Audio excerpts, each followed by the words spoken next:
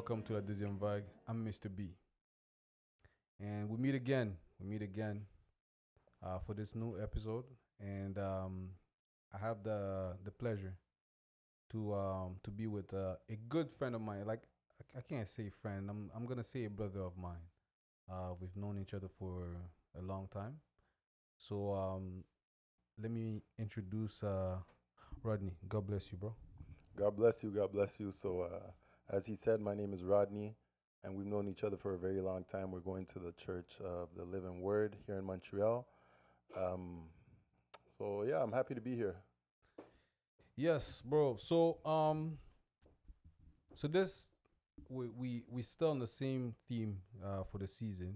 So the season, as you already know, the season we'll be talking about what's a Christian, a message believer, especially. So in this case here, this episode we're gonna discuss about being brought up as a Christian house and the impact that it does and everything, because we know it's all about uh, where you're coming from. It's all about the atmosphere that it creates and everything. So every aspect of that is really important. So we're gonna have a little bit of a conversation about it around that, and we'll see from there. I know you have a lot of good, good points to bring up. So I'm gonna give you enough space, enough time to actually express yourself and be a blessing and a good advisor to someone out there. All right, all right. I appreciate it. Thank you. All right. So um, tell me a little bit about how you were. How was it for you growing up? In a Christian household. Yeah. So for me, we knew the message at a young age. We moved from Ghana to Montreal when I was young, which is what I mean. And going to church here, I find Christianity really gave structure to my life. Whether because there's a difference to me being in the church and having the message within you. So growing up, just being in the church until we're able to have the message within us, I find gave us enough structure to keep us in place and keep everything going well until God was able to do His work in our lives. I like the fact that you put the difference between, you know, being around the message. So basically, you were around the message until you reach the age of making that decision. Exactly. Yeah. So, Exactly. because we hear that often, like, I was born in the message. Hmm. I was born in the You message, can't be. therefore. You could be born in a Christian household, a message household, but Mhm. born in the message, it's. I don't know. What do you think about that? I feel like it's a little different. You give me. I mean, we're here to take from you. You know what I'm All saying? right, We're sharing. all So right. I want you to express yourself about it. Like I think it's really important, and people need to understand. We all need to understand that and see the difference between the two. Okay, okay. So to me, I mean, the distinction is, when you're born in a Christian household, or a message household, I'm saying, or I mean, it's really the same thing. Um, you're within a house that has, those beliefs. Your parents had those beliefs. Your parents receive the Holy Ghost for themselves. They receive the message for themselves, and they're raising you with that in mind, and they have the household under that belief. But when you believe it for yourself, that's when you start experiencing Christ for yourself and really seeing the advantages of being in the message. So to me, that's the distinction. That's the difference between being raised in the household and having the actual message raised in you. Mm-hmm. Mm-hmm. Wow. Hey, you got some bars there. We try, we try. Yeah. So with that in mind, okay. So the way you were brought up, like in a Christian household, now tell me how do you feel about it? Like, what's your perspective? Like, would you do the same thing today with your kids? Because now you're a parent, right? So would you do the same thing with your kids, or what? Like, how do you view it? Yeah, so I mean, I always appreciated the way my parents raised us. They gave us the knowledge of what's right and what's wrong. The message says this, but it's not in the sense that follow the message or else, you know.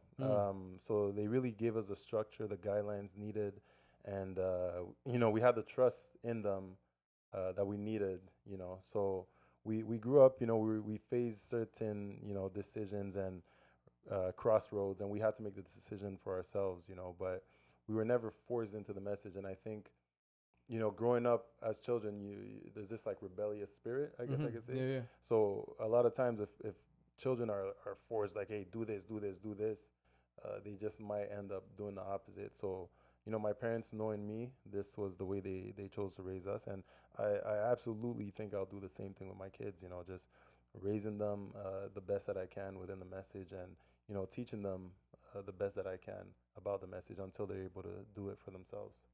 So when you say they gave you, it was not forced into you, Hmm. but they gave you options. I mean, I'm pretty sure you didn't feel like coming to church every Friday or every Sunday. I didn't. So what you No. Go on, go on. yo wait you I said no, I said I didn't. I okay didn't. okay I okay did not. okay, so that's what I'm saying, like you were not forced, yet you didn't want to come to church every Friday or every Sunday. Sometimes you skip, though, you use basketball to skip, but you know, but yet you said that you had options.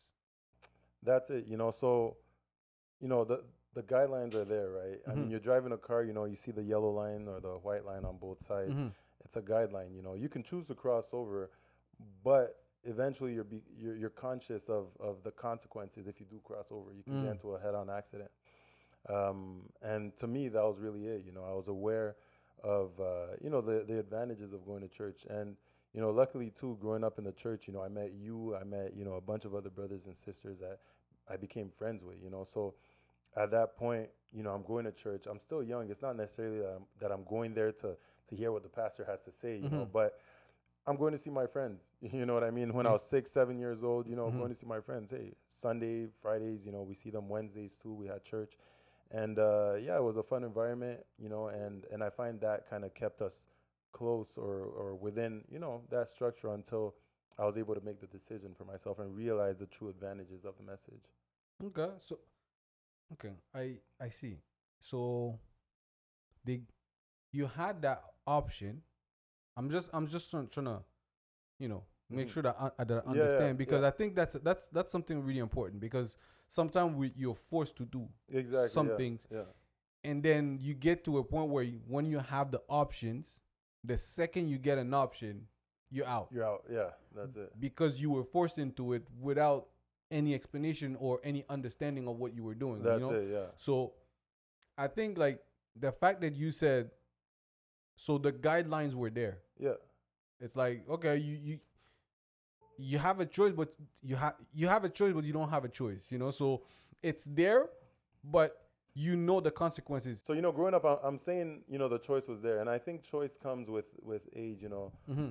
as you're growing older, you know, the decision, you Yeah. know, is now left in your hands. But obviously, when you're a kid, I mean, if I'm 5 years old, my parents are going to church. They can't leave me at home. At home. Yeah, yeah, yeah, You know what I mean, definitely. by That myself. definitely. Yeah. So it kind of becomes one of those things, like they're going, I'm going with them. You know, and at Hmm. that age, you know, if they told me, "Hey, Rodney, I would like to leave you at home alone or come with us to church," I mean, I'm pretty sure I would have said, "I Yeah, want to let go me to go to church church. too." Yeah, yeah. You know, so in that sense, at that age, you know, maybe the choice wasn't there. But I'm speaking like, you know, getting a little older, so it Hmm. depends where we're speaking on the timeline. Hmm. You know. Okay.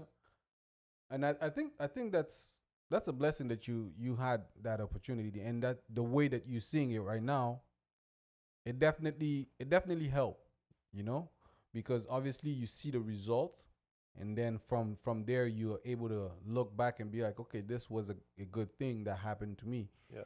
And obviously you hear it shows that, you know, you got to a point where you were able to balance everything out and see that this is the way I want to live my life, this is where I find like my peace and everything, so that's why I'm staying here.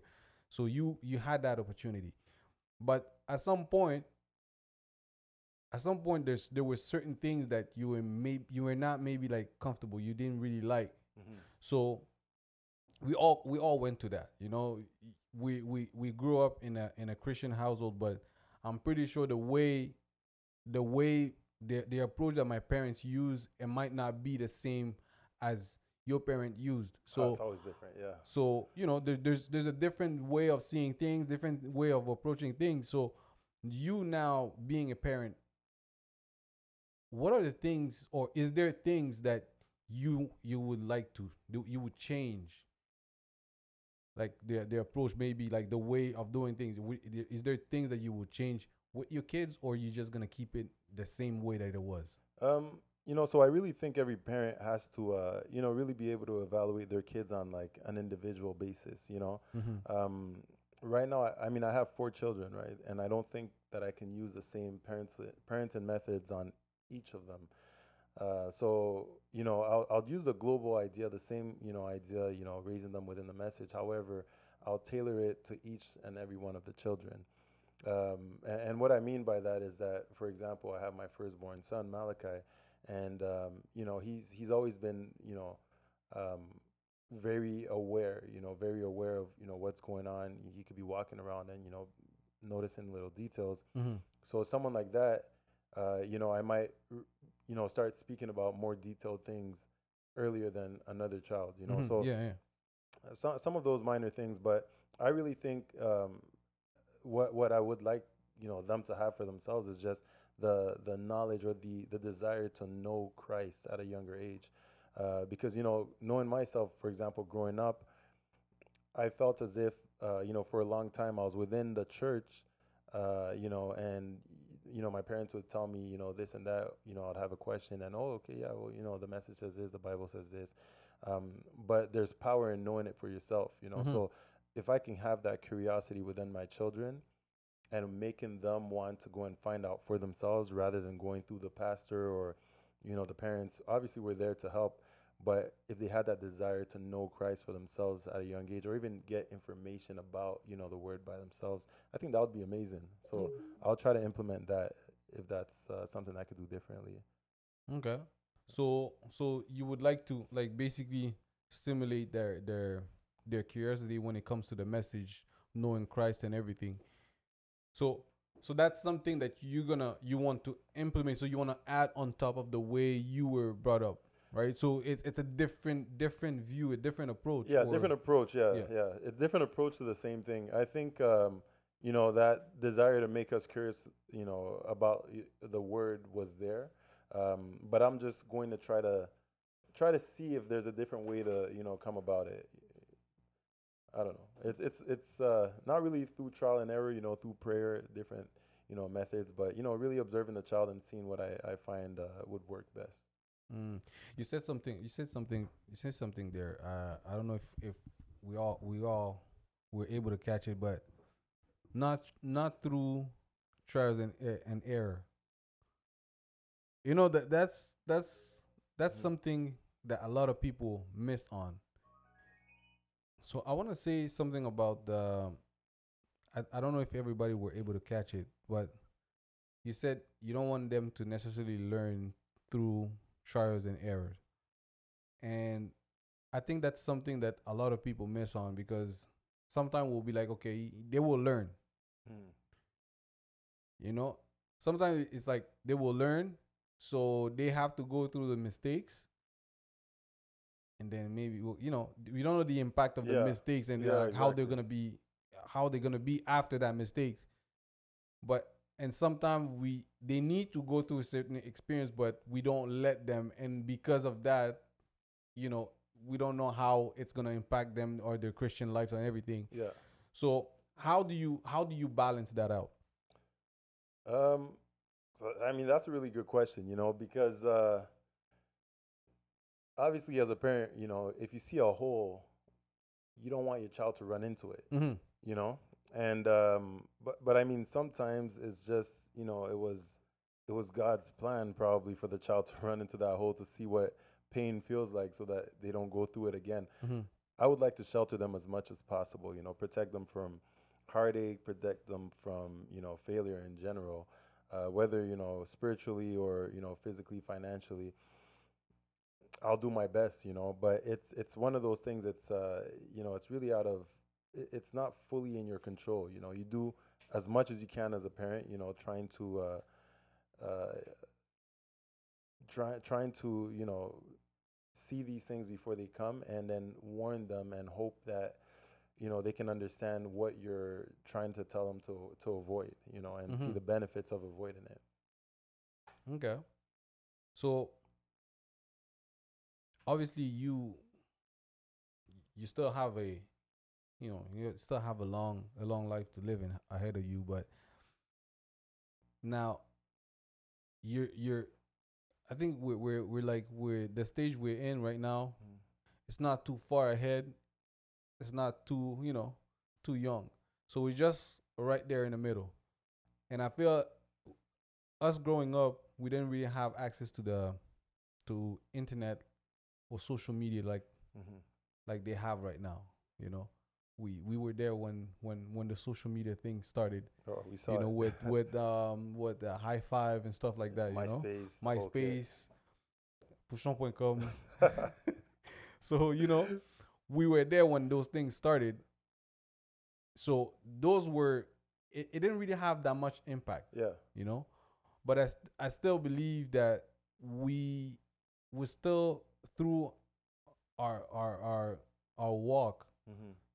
we still can give people like heads up Yeah. Yeah, with for sure. our experience and everything. So tell me what when it comes to you, like what's the biggest challenge growing up as a Christian and facing that change, or those differences that you have between you and maybe your friends or your colleague and everything like that. Um, so I think, you know, part of the issue sometimes is growing up, within a Christian household, and being aware of the message and what the word says. But then you go to school, and there are certain pressures, to live, a different type of life. Mm-hmm. Um, I'm not saying I would cave into those pressures, but it could be something as small as for example, you mentioned church on Friday. I know there's church, but my friends are going out to the movies. Would I probably want to go?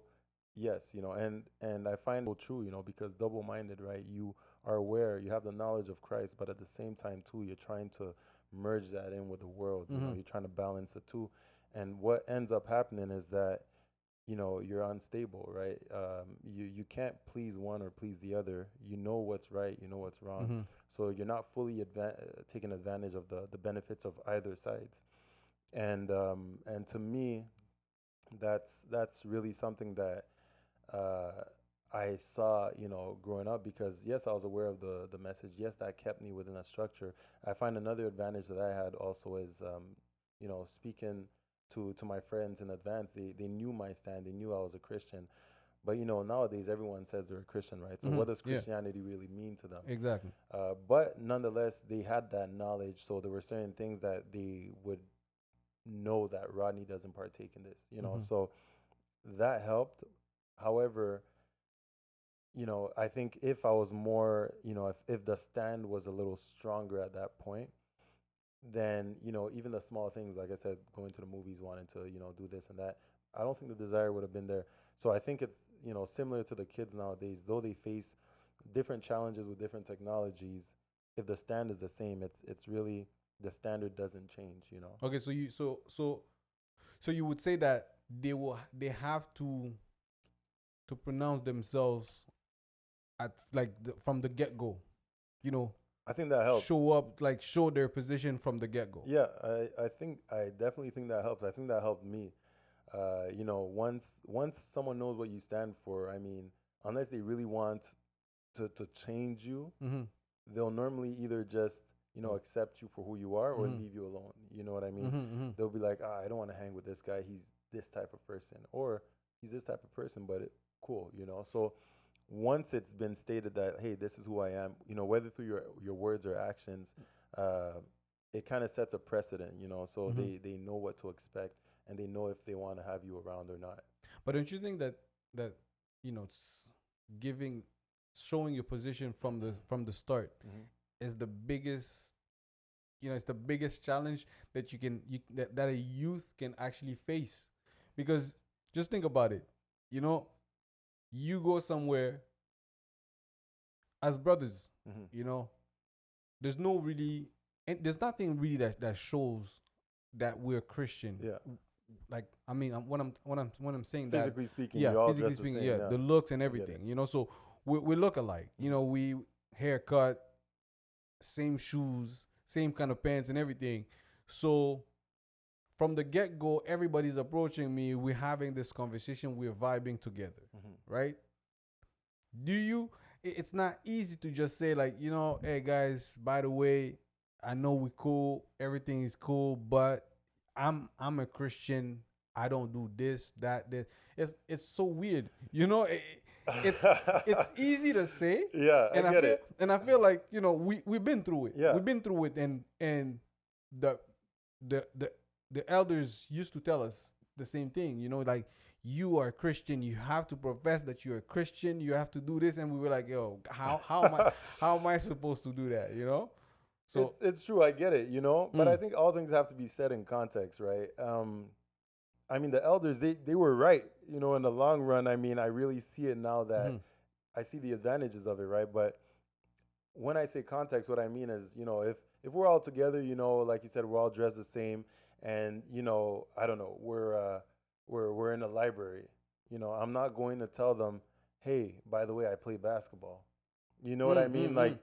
there's an opportunity and a time for everything. If we're just talking about school stuff and whatever, I mean, like you said, it's weird if I come out and say, "Hey, I'm a Christian." They're like, "Yeah, what does that have to do with anything? We weren't even talking about Yeah, that." exactly, exactly. So to me, I mean, the opportunity would definitely come up, and if it doesn't, through your actions, I mean, it'll be Hmm. said, right? And me personally, I find the advantage that I had. A lot of my friends growing up were, either from the islands or they were African, and they're aware of Christianity. So Hmm. uh, they have Christian family or friends, or they know of the religion. A Christian background. Yeah, exactly. Hmm. So if I say, hey, I'm Christian, or if they see like, hey, I think this guy is Christian, it's nothing too weird for them. Yeah. And personally, I think those are the kind of people I'd like to have around, not people who are atheists by nature, or who have a lineage of atheists, and I'm trying to merge myself into their lives. Like, we have nothing in common. Hmm. But I think it. I don't know. I might be wrong, but I think it was easier to find those kind of people back then than now. Because I feel like now, the word Christian is so, it's so common now. It is common, yeah. It's like it's a word out there. Yeah, So yeah. so from that perspective, I mean, I feel like it becomes harder. I don't know if I decide to put myself in the shoes of a let's say a high schooler. Mm. It's tough. I mean, I feel like it's gonna be really tough, and that's the reason why I like the fact that you said, you have to basically personalize your approach with each and every kid to make sure that they have that curiosity about the Yeah, word, yeah.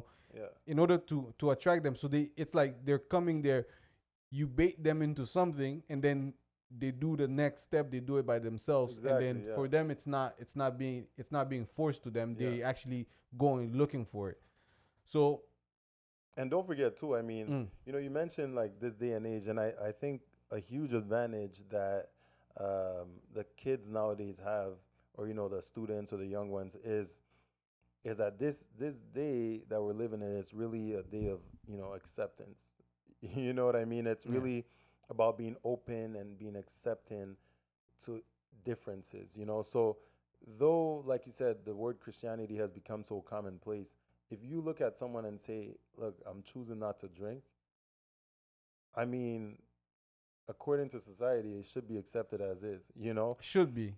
Should be, yes, yes.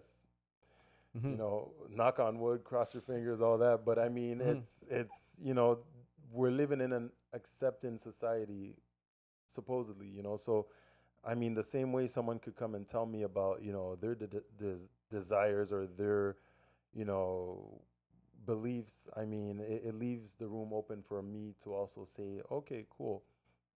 I choose to go to church every Sunday. Yeah. But you see, you brought up something that I would like to dig a little bit deeper into it, because you said nowadays we live in an age where of acceptance. You know, that's true. Hmm. But what are we accepting? Because you have to like the way things are. It's a day of acceptance from for certain things, Yeah, yeah, but not everything. You know, so what I want to go with that is because of that situation. How do you prep your kid? Because you have to prep them in a way like, you know, I'll tell a little bit of my story. Okay, so I I came to Canada. I was what I had I basically did my fifth fifth year birthday here, right? So for me, I came to Canada. I was 5 years old. Boom, I have to go to school. He my dad came here and then brought us. So he's still used to the way things yeah. used to be back home. For you, it's brand new. For me, it's brand new. So for me, it's basically it's as if I can literally say that's the only thing I knew. Hmm. So he went and bought this pants, right? So he went and bought this pants for me. For him, the pants was nice. You look at the pants, it's like, it's a regular pants, man. It's nice. Yeah.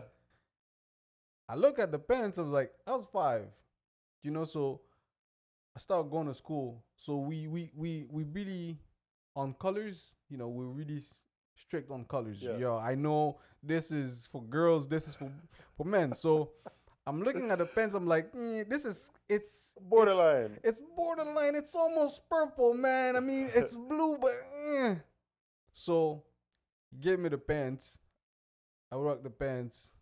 Obviously, I didn't really care, So it's just a regular pants for me. I put it on. We took the bus, man. I get inside the bus. That was it. This guy came to me and looked at me. He's like, Oh, "Yo, no. why you rocking girls' pants?" He, right there, I was like, "Man, these are girls' pants." I knew it. This looked kind of They purple. look kind of purple. So in my head, I was like, "Oh man," but that's because of my personality, the way I am. Uh-huh. I was quick. I'm quick on my feet. So I was like, okay, you know what? I have to find something to throw back. I looked at him. I'm like, yo, there's no such thing as pants for girls, man. Oh no. Girls don't wear pants and stuff. Start preaching to the guy. Classic. So I'm preaching to the guy. Girls don't wear pants. The guy's looking at me like, yo, what are you talking about? These are girls' pants. So I'm like, yo, do you even know Brother Branham? Oh no. So I preached to the guy. I was really upset. After school, I went back home. When the guy was challenging me, was making fun of me, he actually felt bad because he got confused. He was really confused. Like, yo, you don't even know Brother Branham. So I'm blasting the guy with everything that I had, bro. Like bazooka, everything. So I'm shooting at the guy. The guy is confused. So he leaves me alone. Okay. So I'm good. But after school, I went back home. The first thing I did, took the pants, put it in the garbage. My mom is like, yo, what's going on? I'm like, these are girls' pants. Like, no, this. I'm like, no. The girl But pants. I was the one telling the guy there's no such thing. Yeah. But I got home, I was like, come on, man, these are girls' pants. Yeah. So fortunately for me, it was just the pants, and I was able to defend myself for it. But now, if you don't get the proper instruction, you can't bring up those things like, oh, the Bible says this, the Bible says that, oh, blah, blah, blah, and then that can be something that we use against your child, you know, like, yo, this guy is weird, this and that, and Okay, I get it. that can really affect the kid. Yeah. So how do you because this day of acceptance, but you still have to understand, like, yo, there's certain way of saying things. Now with acceptance, you cannot go out there and say, like, girls, you can't wear Yeah. pants, you know. So how do you make sure that you stay respectful, you stay what they say, they call it what, inclusive, whatever. Inclusive. Yeah. Yeah, you know. So how do you handle that part? I mean, I personally think that you have to teach wisdom before you teach the Bible, because a fool with access to the Hold on, hold on, hold Bible, on, hold on. Say it again. I think you should teach wisdom before you teach the Bible, Mm, you know. mm, Um, if a fool has access to all this information within the Bible, it's going to be used to our detriment, mm-hmm, and to me, that's what I'm going to try to do with my kids. It's that I'm teaching you knowledge, I'm teaching you wisdom, how to communicate with people, how to speak to people, what to say, what not to say, because not everything should be said. It has its time and place. And I mean, the Bible principles, you don't have to say, you know, thou shalt not steal. Look, it says in the Bible. You tell the person, hey, if I take something from you, would you be happy? No.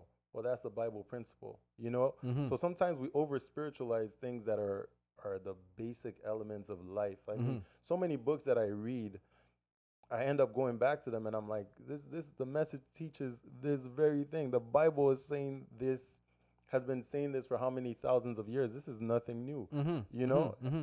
I mean, why are we telling people not to drink? Well, with a clear mind, you act and react better. Exactly. Mm-hmm. That's why they say don't drink and drive. It's nothing new. We're telling you the basic, you know, things of life. And if people would follow it, I think the world just, would be a safer place in general. So to me, it's just teaching my children that, these things that are in the Bible, I mean, you don't have to over spiritualize it and tell the person, oh, you're drinking, you're doing wrong. No, if they're not aware of it, so be it. Eventually in their life, they'll realize, hey, I can't drink and go to work. Why? Mm-hmm. Yeah. Because there's something wrong with Mm-hmm. it. So it's, don't over spiritualize it. Understand it. Get it in your heart. After you've received the wisdom that you need to really assimilate the information, and then you can go, from there. It, because of the thing that you brought up, we're able to get into this conversation, and I feel like there might be there might be someone out there, that need to understand that Hmm. aspect of things, because now we live in a time where there's a lot of bullying, there's a lot of things that happen to the kids, Hmm. and we as parents, we have to make sure that we put them in a position where they can, they can they can feel normal, Okay. and they can learn to appreciate and see all the benefits that this Christian life, the message, gives us, Hmm. you know. And if their first encounter with the message, it's something negative, I'm pretty sure, like, it gives a huge impact, a negative impact It's in a the for the long future, lasting impact. That's you it. know. Yeah. So I feel like, we read the Bible. Okay, someone slap you on the right cheek, you turn the left, but it's not something that you will tell your kid. Hmm. You go to school, You get slapped. someone slaps you, you turn and you give the you will not tell the kid that, even though it's in the Bible. But like you said, the wisdom has to be there first. They need to be wise enough to know when to use it and how to use it. Yeah. So I think the first thing you will teach the kid to actually learn how to avoid those situations and how to react when those situation happens, and basically, no, like, how, like, dumb it down a little Yeah. bit, Yeah. dumb things down to make the kids understand. And the other thing also is, like, we see everything. We can talk about a lot of things, but we also have to talk about the the advantage, the positive side. Mm-hmm. What do we gain as a Christian?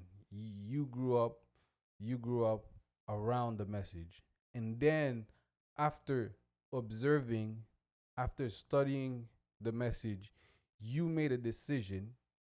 That decision was taken by you and only you. You took that decision of, I want to be a believer of this message, and be I want to implement those things in my life. So what have you gained from it? Like, what's the gain? Why are you making that decision? And what a younger person will benefit from this? So, I mean, looking at it, I avoided so much, like so many scars, and I think that is one thing that I cannot remove from the message. So many people, they want to experience different things and know for themselves. Oh well, you're telling me not to do this. I would like to experience it for myself and Mm-hmm. see why it's wrong. Mm-hmm. But what I gained is, the ability to get around having those scars because though I would have made it through Mm-hmm. eventually by God's grace, the scars would have been there. I know so many people who, tried drugs. Hey, they wanted to find out for themselves, but now they have permanent scars, like, Mm-hmm. just, mental issues. And, it's scientifically proven that there is a high percentage of a chance of your body reacting to it and having long lasting effects. Mm-hmm. Mm-hmm. So it's a thing of luck. One person can smoke weed and the other person do it, and one person has lifelong effects and the other person is okay. Mm-hmm. So I have friends that tried it and are living through those effects still to this day. Mm-hmm. And by God's grace, I was able to avoid that. So that's part of that structure that I was speaking about in the beginning. And like you mentioned, I mean, there's the advantages of the message. How do I go about, telling this and teaching the kids? And I think that's one of the hardest things, having, I think Brother Branham even said, having one, human being believe in another is one of the hardest things there is. Mm-hmm. And that reminds me of a quote that I heard or I watched at some point. I don't remember it. It goes, you know, it was a father who was speaking, and he said to his child, I've only been a parent for as long as you've been a child, so I've only been a father for as long as you've been a child. And I found that so powerful because, sometimes we have this information that's valuable, and we want to let our children understand it, but we've only been parents for so long. How do we get the kids to understand it without it backfiring? Mm-hmm. How do we really, get them to see that what we're saying is coming from a good place and will help them in the long run? And I think that's extremely hard, and it's a touchy subject, but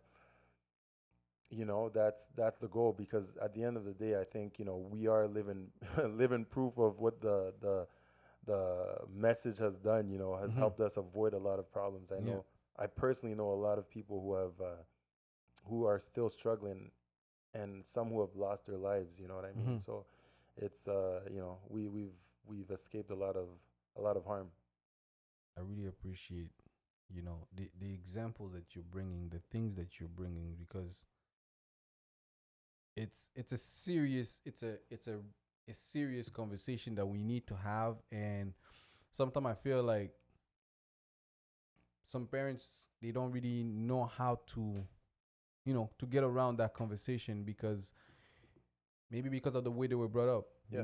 maybe they were not in the environment that we went through, so it's different from them, for them. And when you give the example of, when you say things like, you you don't know how you're going to get out from that experience. you know when we talk about, let's say for example, we talk about drugs, and people might think like, my friend does it, oh, this one does it, they're still there. They're okay. Yeah. But you can do it just once, That's all it takes. and you're done. Like your whole life, it's done because you took it once. Because I know And about that's not even exaggerating. That's, yeah, I know about this guy. He the fact that he smoked, he smoked that it was weed. But nowadays, even there, like when you take that, it's not safe because you don't know what it's mixed with what or whatever. You don't even know what you exactly you're smoking. Yeah. You're just smoking because everybody's doing it. But this guy, he took it once, and because of that, he became he developed schizophrenia, Yeah. and up till now, he's still on medication.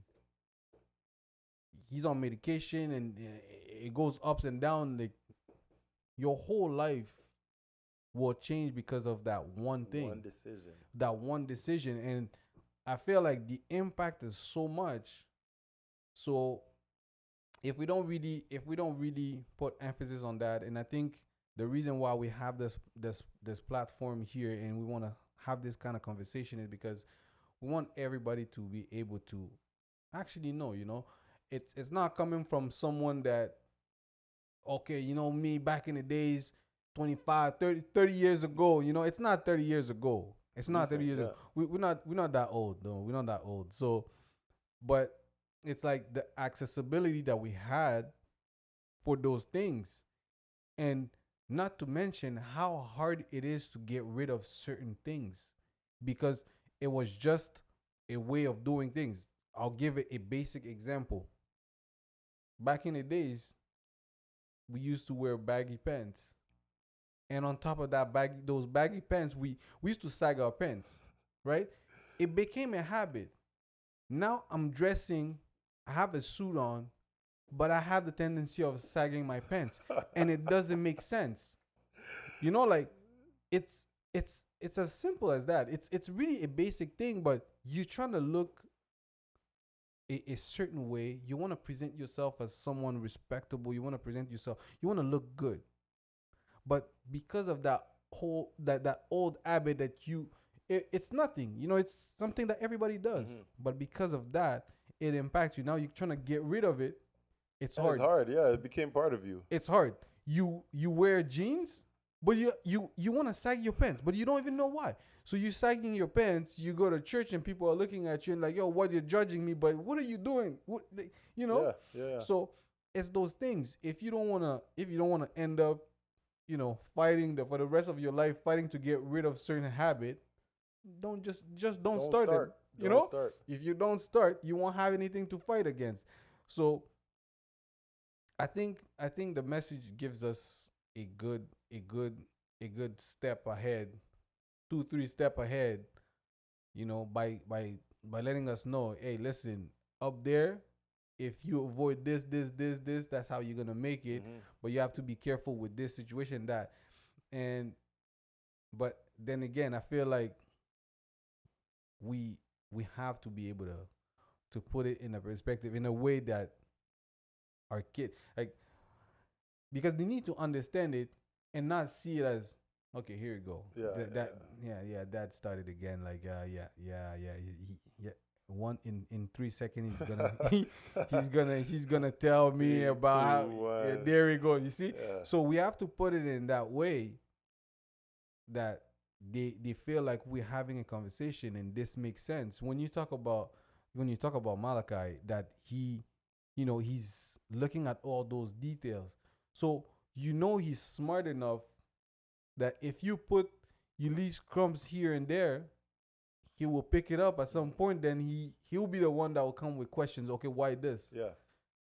But then again, it puts you in a position too, because if he's gonna come up with questions, you You have better to be be ready ready. to answer. Yeah. You better be ready. I mean, I might not have all the answers for him, but I'll know where to go. You know what I mean? Where to go and find these answers. And funny enough, he even asked me a question just yesterday. Actually, it was this morning. It was about sagging pants, Mm, and it could be one of those things. And that's why I think trust is a great thing between parents and children, mm. because you know I can't go into scripture and say, "Hey, look, thou shalt not sag your pants." You know what I mean? It's Yeah, nowhere to be found. yeah. But I asked them, "What do you think would make a grown man, want to sag their pants and show everybody their boxers? Like, what spirit do you think is behind this? You know?" Mm, So that's the thing. You try to help the kids. They're gonna have those questions. You may not, always be able to find it word for word in the scripture, but God also gave you wisdom, and you try to align it. But the kids will have those questions. That's wisdom. That's because the way you put it, it's like telling them, I'm not gonna give you an answer because you know the answer. Yeah. So you basically let them give themselves an answer Go about find your answer you know yourself. Yeah. because yes, if you look at it that way, but you have to take the time. You see, that's the thing. You have to take the time. You wanted to make sure that, okay, let me put it in a way that he will understand. Yeah. Let me put it in a way that he will remain in his head like, okay, this is not the proper way of doing Yeah. things. And I think that's something that, it's really important. I think it can help and impact the message and the kids and everybody in a really positive way. Because if we do things like that, I think people will get to understand that, okay, what, this message here, before even getting to the space of being a Christian, it already helps us to be like good citizen, like people that everybody will Yeah. appreciate, that will be a positive in addition Yeah. into society. Yeah. Yeah. Yeah. That's it. So I think we were able to see that, to experience that with our lives, and we now need to give that chance for the younger one to Yeah. be able to actually experience that.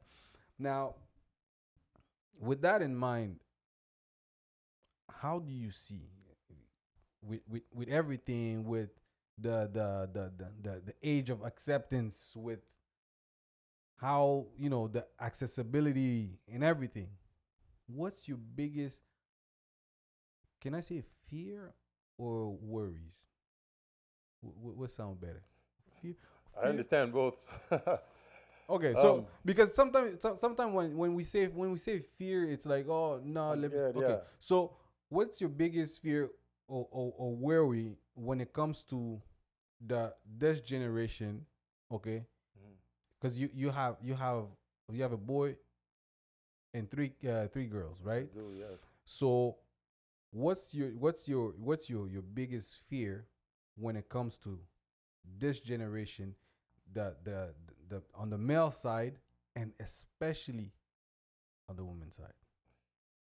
Um, it's a very good question. It's a very good question, and my worry has always been, or not worry, my concern Mm. has always been that we went through our high school years, and that phase of our lives, and by God's grace, we're still alive. But it's kind of like playing a game of Russian roulette. Mm-hmm. you know you spin the trigger, you pull it, you never know when it's going to go off. Mm-hmm. And I want to make sure that my children are in the word, by the time it goes off, because it will. But to answer your question more directly, you asked a very good question, and I failed to ask you. You know, you said, what are my concerns? In raising the kids in this generation, having sons, because I have a son and three daughters, and you said especially daughters, and I'm curious. Like, it piques my curiosity. Why especially daughters? Because they have more spotlight. They have a bigger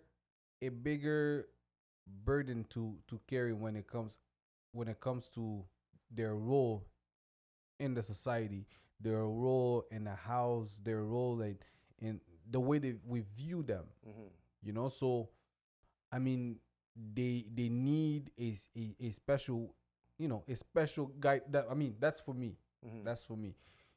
And same thing that goes for the boys as well. Hmm. But it's just, I think it's more scary out there for them, for Uh, the girls. Yeah, because it's definitely a scary place. When you look at it as the possibility, the option to spiritually lose one of your children. Hmm.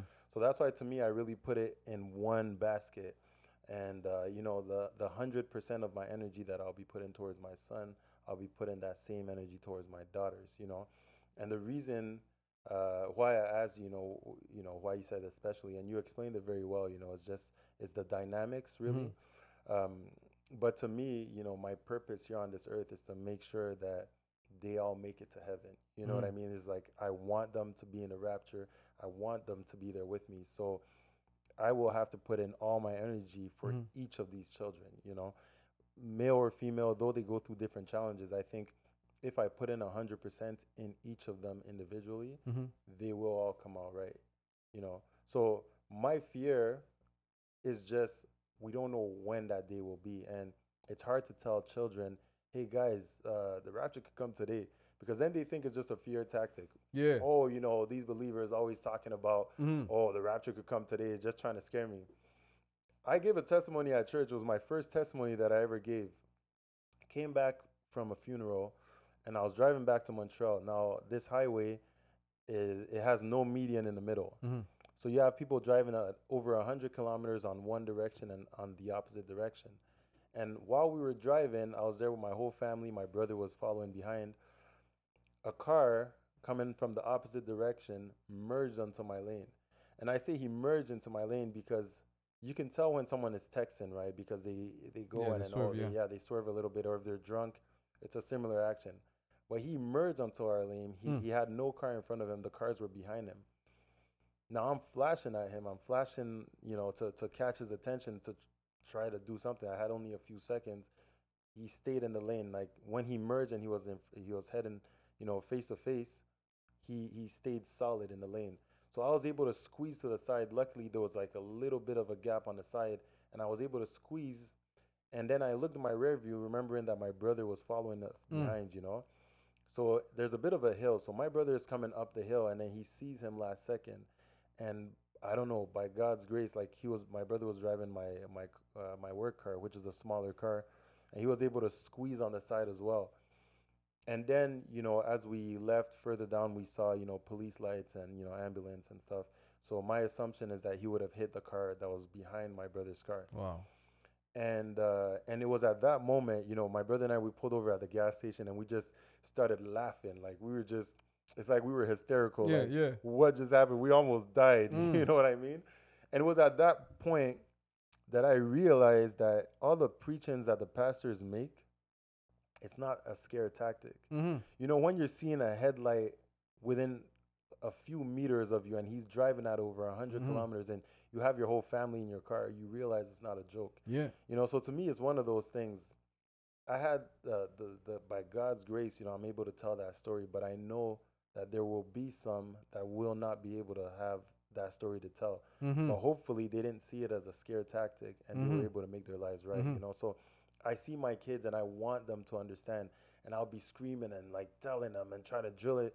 So that's why I get parents sometimes and they're coming with the wrong approach, but it's because they are afraid to lose their kids. Mm. You know what I Mm-hmm. mean? Mm-hmm. And it's a huge burden on the parents, but at the same time, you have to be able to pronounce it in such a way that it doesn't become a burden to the kids, because Mm. I'll just push them away. But it's Yeah. it's a tough place, Yeah.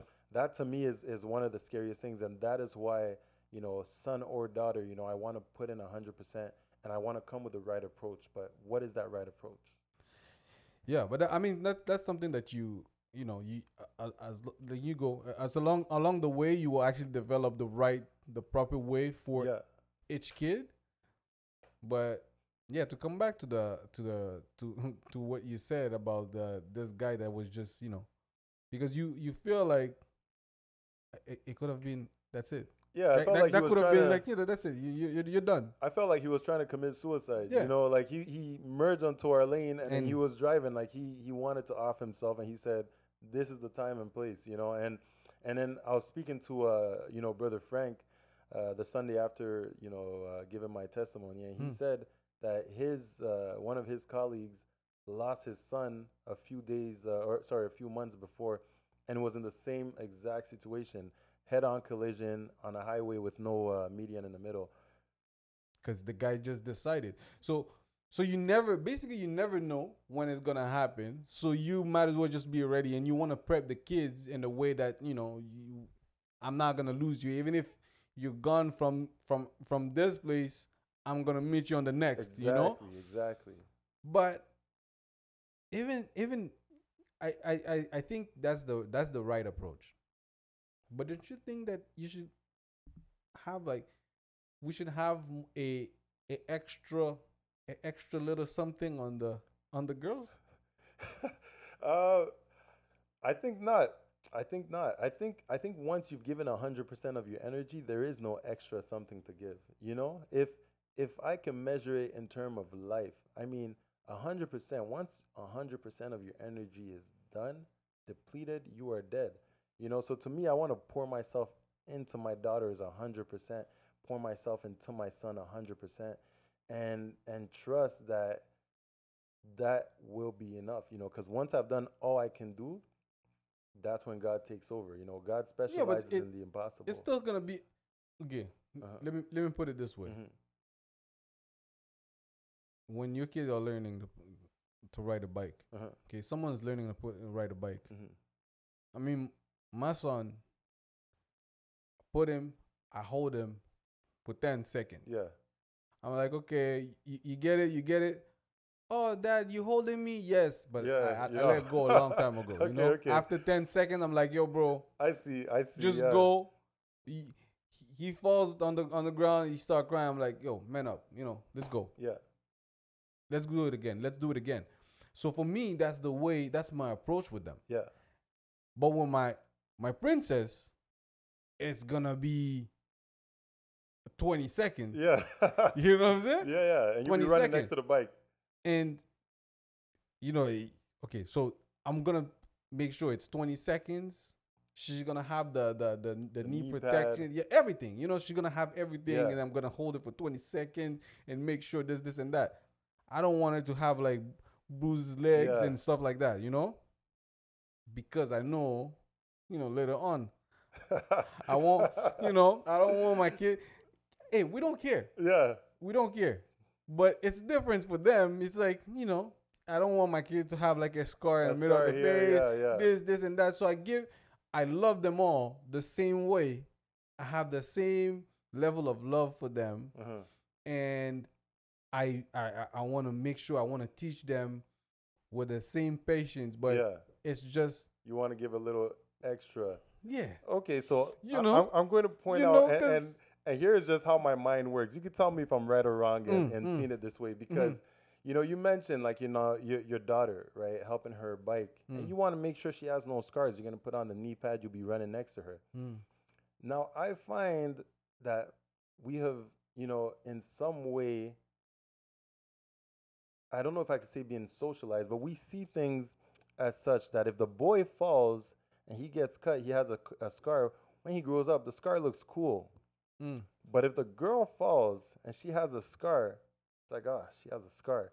And I'm speaking hypothetically right now. You can Yeah, see what yeah, I'm yeah, yeah, talking yeah. I about. know exactly what. Yeah. I find that, the question is, are we really worried about, the spiritual aspect of it, or are we just worried physically what it looks like? Because, a boy who, let's put it in plain English, a boy who backslides or, decides to go and, try different things in the world, Mm, he could be coming to church. Like you said in the beginning, he's dressed, he has pants, he has shoes, he has yeah. everything. He could be coming to church and you have no idea of his spiritual standing. Mm-hmm. But a girl, once she starts, moving away from the word, it appears in her clothing right away. Her skirts start getting shorter Mm-hmm. until they turn to pants and this and that. So sometimes I feel as if the question is not, oh, are we worried about my kids spiritually? It's more like reputation wise. Everyone sees what's going on. They see my daughter, it doesn't look good for the family. So it's like we're more worried about what it looks like than what it actually is. Because it actually is the same thing, whether a boy or a girl. Is it though? It is. Okay, okay. I understand what you're saying, Mm-hmm. and I think that's the proper way Mm-hmm. of doing, of dealing, because you that part Uh-huh. of saying when the guy does something, it's more like, okay, it's you can hide it. But when the girl will do it, it impact the reputation and stuff. The Mm-hmm. guy also can impact the reputation, but he has a little bit of more gap, more gap, or more lenience, Leniency. exactly. Yeah. So what I think, the way I see it, Uh-huh. right? Me, I see it. I think we're seeing the same thing, but it's like you seeing the glass half full. Uh-huh. I'm seeing it half empty, Yeah. because I feel like the reputation, I can rebuild the reputation. Mm-hmm. Okay, so a father can have a situation with the daughter, and it ruins the reputation because people are seeing, oh, look at this brother, nah, nah, nah. But because of the position of the father, it can actually, you know cover. Okay. Okay. It can cover the reputation Yeah. of and the brother will still be viewed as someone respectable. The Yeah. father will still be viewed as someone respectable, someone that that brought up his kids in the right way. But the daughter made the decision. Mm-hmm. Now, me as a father, I know for sure, I don't want to see any of my kids suffering. Yeah. And knowing the fact that the way society is, and the burden, the how heavy it is Mm-hmm.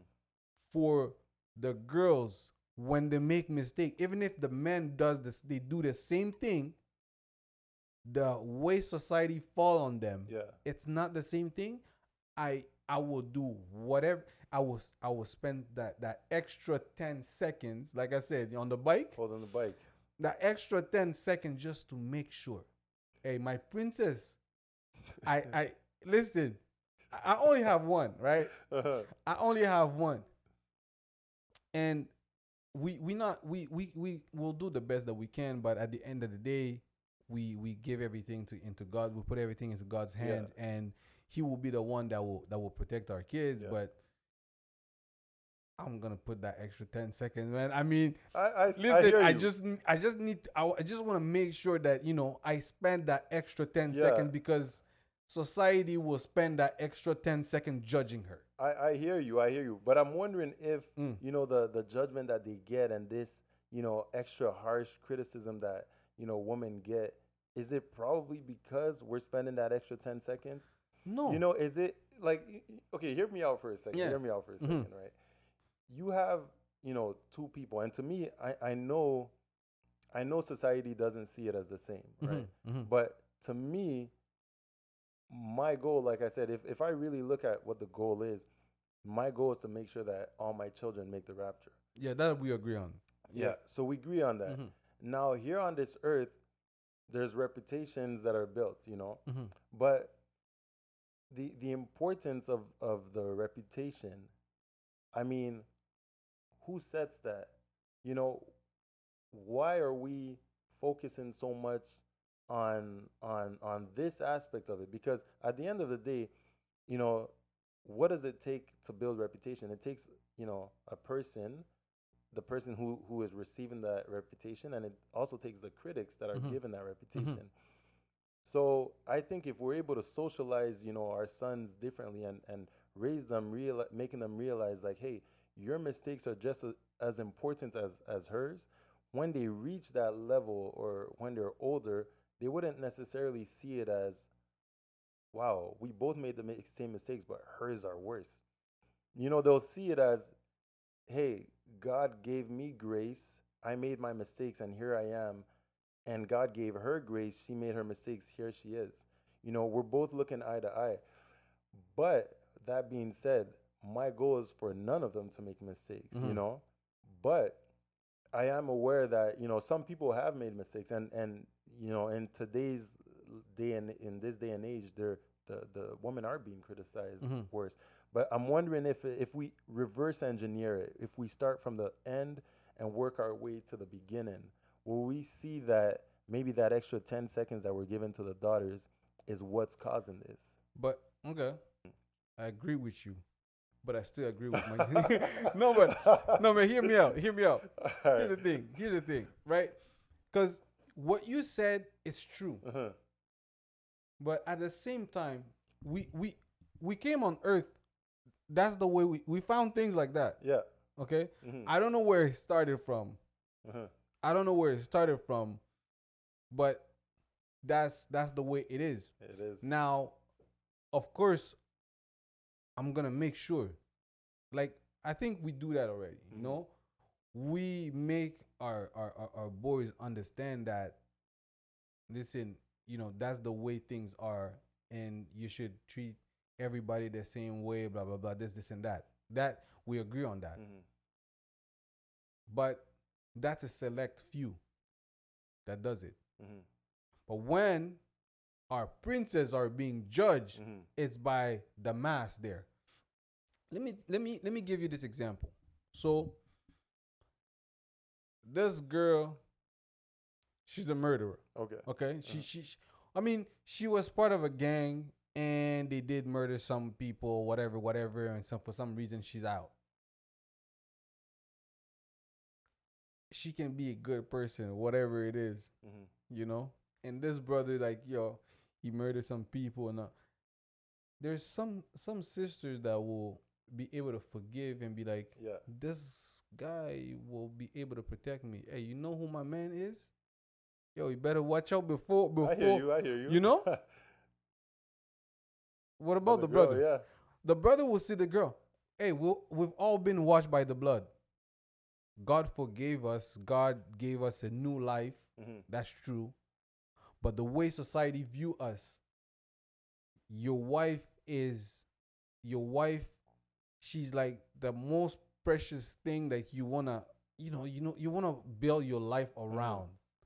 So now she been in the gang. She murdered some Yeah. people. You're like, am I in control? Okay. You see, am I in But control? It, it, so where does value come? Because we're speaking about society, and I find we have to distinguish mm, society versus, Christianity. You know what I mean? And you know, when we're talking about, like, you'll see your wife like, ah, yeah, but I find value comes from within. You know what I mean? I find if I see my wife and, she's beautiful, she's perfect to me, I will value her at that level. Not because she's beautiful. I'm not speaking even physical beauty. I'm speaking beauty, internal beauty. mm, wow. God has chosen her for me, Internal and beauty. internal beauty, Oh my God. brother. Hey, God has chosen her for me, and I see her as perfect as humanly possible, Mhm.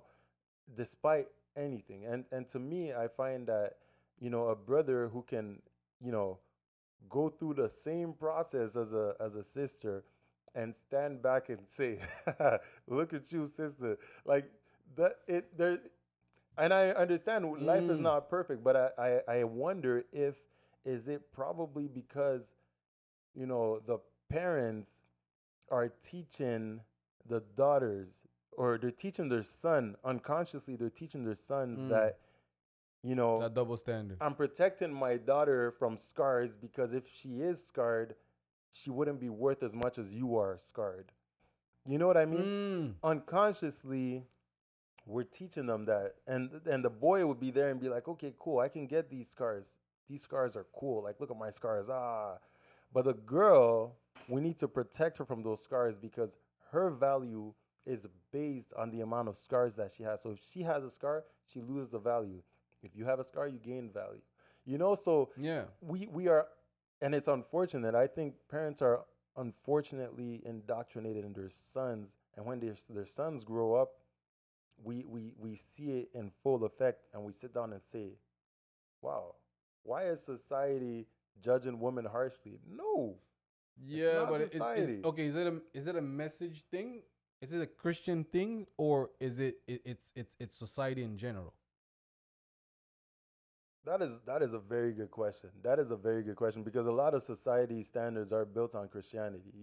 But I Okay. find that this thing specifically, I don't know. I don't know if I have an answer for that. I don't know if I could say it's one or the other, but it seems to be spread out. It seems to be, within churches and outside of churches. I can't say it's within Christianity and the message because, now I'm just talking about the building itself. But the people who have Christ fully in them, are they able to see scars and say scars are scars? Maybe. You said something. Hmm. You said something earlier. Yeah. Because if you view your wife with the internal beauty. Internal beauty, brother. Internal beauty. Okay, so you view that, you don't mind, you accept her the way she is, and boom, you go with that. That's something. I I mean, think that's the I think the Christian a Christian someone filled with the Holy Spirit, they can rock with it. They can go with that. mhm. And I think that's the way we're supposed to be. But it still it still doesn't change the fact that Mhm. there's there's some people out there. Bro, the devil's everywhere, The man. devil's everywhere. But So make sure he's not in your marriage, though. That's the thing. yeah, If he's not in your marriage, it won't affect it. It but won't change anything. now I know Uh-huh. I know because I know you. Uh-huh. I know the way you are. Mhm. You could care less. I would care less. Mhm. But there's certain people that don't have that kind that they don't have that personality. Yeah. So for them, those things will affect them. Yeah. When you hear certain things and you're like, oh my God, It's you true. know, They will. it's Yeah. like, Yeah. yeah, I love for the inside. It's like people that said, yeah, I don't care about the outside appearance. It's really the inside, Mhm. and I'm gonna marry this girl based on the Yeah. inside.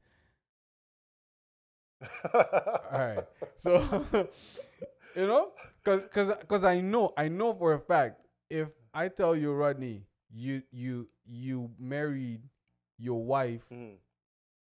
just on the inside aspect of things, nah, nah, I was blessed. I was blessed. you were Honestly, blessed. God gave me what I wanted, spiritually, physically, emotionally, mentally. Like she had the whole package for me. And, you know, by God's grace, I mean, I find that, she was sheltered from a lot of, scarring that could happen. But that being said, though, I want to make sure that my daughters, when they're older, they wouldn't be chosen based on the fact that they have no scars. Like imagine this. Imagine you have your Okay, daughter. okay, but no, wait, wait, wait, Hmm. wait, wait, wait. You said they won't be chosen, which means Uh-huh. it's not they're not the one making that decision. Okay, don't choose me based Yeah, on my scars. but think about it. Would you want? So you cutting off a big chunk of But percentage. quality is better than quantity. Think about it this way. You have your daughter. Mm. Would you prefer your daughter to remain? Let's say, for example, I don't know. It takes an extra 2 years for her to find the brother, or you would prefer her to get married today because like in the sense that the brother today is willing to look at her like if you okay let me rephrase this. You Mm. have your daughter. Mm-hmm. Let's put her in two parallel universes. Mm-hmm. In one she has no scars, in the other she has scars. Mm-hmm. Now would you prefer that a brother chose her earlier in this universe where she has no scars based on the reason that she has no scars. Like, you see what I mean? Like, Yeah. I wouldn't want if I found out that this brother that was a huge element in his decision making. Mm. I would be like, no. You know what I mean? Because Yeah. I want you to choose her. Yes, she is here as she is, but I don't want someone who is so surface level that this was a huge deciding factor in their life. Unless they were, born to be a minister. You know what I mean? Like, Yeah. but if that's not the case, I mean, I don't want this to be that, deciding factor. But okay, you're you're right, Hmm. but I'm right again. But yeah, no, I mean, like I said, it's not. I like this kind of conversation because we're not debating. It's Hmm. just we're just sharing Yeah. a different perspective, and I think someone out there maybe that they can take the whole thing and choose the way they wanna go. But I think we need to put everything out there, because when the second that you said there's two, universe, right? Yeah. And the one there's a scar, and the other one there's no scars. You can feel already that even the way you saying it, there's an advantage of not having scars. Because that's the life that we've grown up in, but it's Exactly. to us to change it. Until it changes. Now, me, Hmm. I'm doing my part Yeah. of telling my kids, telling the youth. You're doing your Absolutely. Yeah. part, telling your kids, telling your youth. We all doing our part Yeah. now, but society haven't, like, it still didn't reach The that effects are level still yet. there. Yeah. Yeah. So from the time being, Hmm. I still want to prep my because it's actually, there's nothing to lose, Hmm. because I'm prepping her for the way people are behaving now. Okay. But I'm prepping my kid to change my boy to change the way they're doing things now. Okay. So like that, if something happens that they change the way of viewing things, They'll already be okay. yeah. And if they don't change, Then she'll be okay as well. exactly. And like we said, it's it's not us. Hmm. God will actually help along Yeah. the way. And I know you're speaking globally, Yeah, in general, exactly, like for exactly, argument's sake, you know what I exactly. mean? So it's really God that's gonna handle the whole thing. Yeah. But I think we just, you know, extra prayer out there, extra We prayer pray for our for our sons too. girls. Extra prayers for our sons too. No, we pray for our kids, we pray for our sons, but let's not forget that it's hard. It's hard for them. Just, the fact that they have to wear, that they're wearing Hmm. skirts. They have skirts, and it's not the same thing. Things that the way they're doing things, it's completely different. You can see it Hmm. from a mile away, like, Yeah. okay, they're different. So they have a lot of pressure. So I just want to, a little. I find the boys, especially within the Christianity context. I Mhm. mean, they're placed on such a, it's like it's a leadership role. The man is the head of the household. The Bible says so. So I find if we have the head, and if he is able to be like on point, scarless himself, I think within a few generations, I mean, it will follow. Mhm. Because if we hold him to that regard, eventually we'll see the same thing with the girls. You know what Yeah, I mean? yeah, Like, yeah. it's probably just two different ways of going about the same issue, but I mean, to me, it's really that 100% in the girls, 100% in the guys. 20 seconds holding the guy's bike, 20 seconds holding the girl's bike. No, come on, I'll hold the bike until my hands fall off. the guy needs to fall a little bit. You need a little extra. You need some. You need some a little something. A little something. ah, ah. Hey, you they need some roughness. They need to be rough a little bit, because they're made to protect. They are. They are. They're made to protect, and we Mhm. have to make sure that we basically bringing up men Yeah. that are gonna be they're gonna be able to protect, Yeah. and making sure that we are bringing up women that are gonna be able to contribute to the society, and Yeah. be able to be like that that that leader Mhm. in the house, that in a sense of like getting everybody around. Yeah. So we have to make sure that everybody stays in their place, Yeah. and make Yeah. sure that, because that's the strength. When you look at our you look at the family, the way the family is built. You have the father, you have the mother, the complicity that they have together, the way that they're building things together is like Mhm. all the strengths are bring that there it's brought in the middle, Yeah. and the kids will just follow. Yeah. Yeah. Yeah. So 100%. Yeah. so if we're building them in a way that to so that they can, in like, once they reach a certain age, they will build their family and reproduce the same thing that we were able to produce in And our we've houses. succeeded. That's our goal. Yeah. So, and then we need to see them on the other side too. But 100%. so No but on yeah, that. yeah, yeah, yeah, that's the way it's supposed to be. Yeah. So before we conclude, Uh-huh. I would like you to face your camera and just give give someone, tell someone.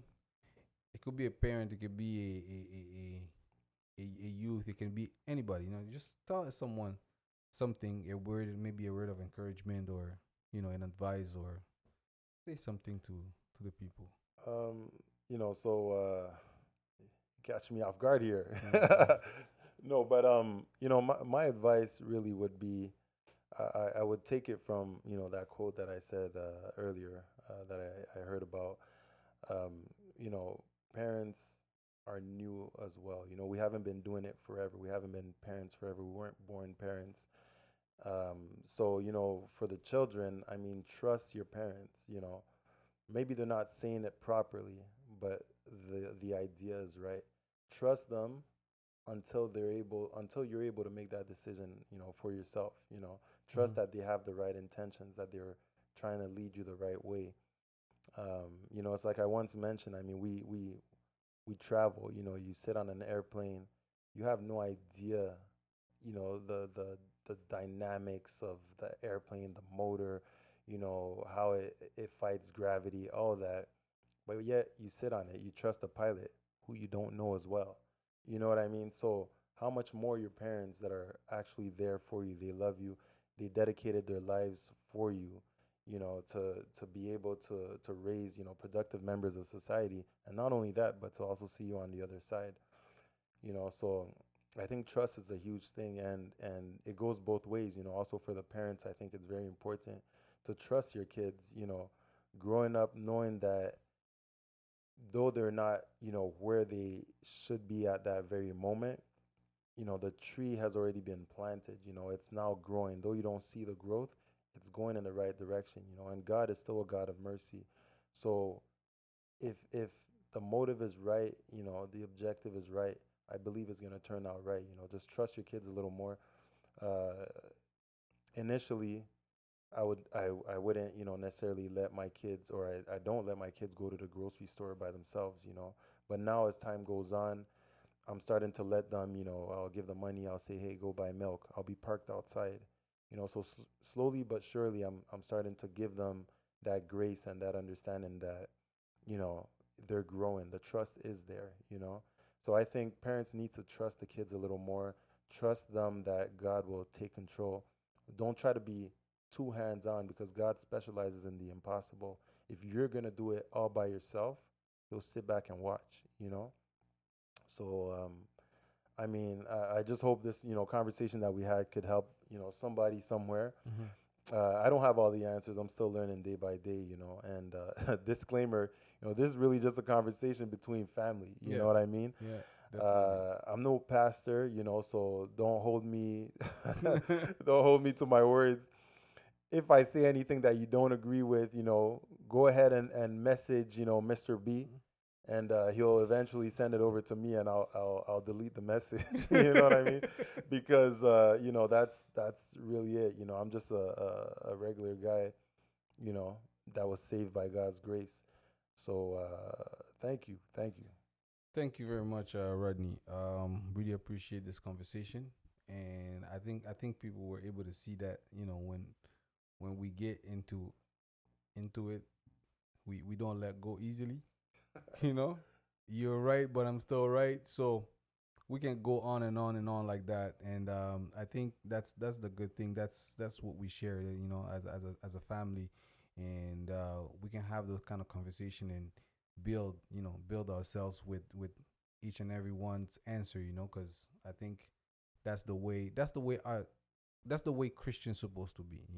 We feed on each other, like whatever that person bring on the table, we can look into it and see how it can benefit us. And I really appreciate that you took the time, with you left the kids, the wife, just to share this moment with us, and I really appreciate that. And there you have it, brothers and sisters. It was a pleasure, and just like that, that's the way that I had a little something, a little block to the building that we're building to reach heaven. God bless you. matter how I'm doing it wrong, and still care. Walk away.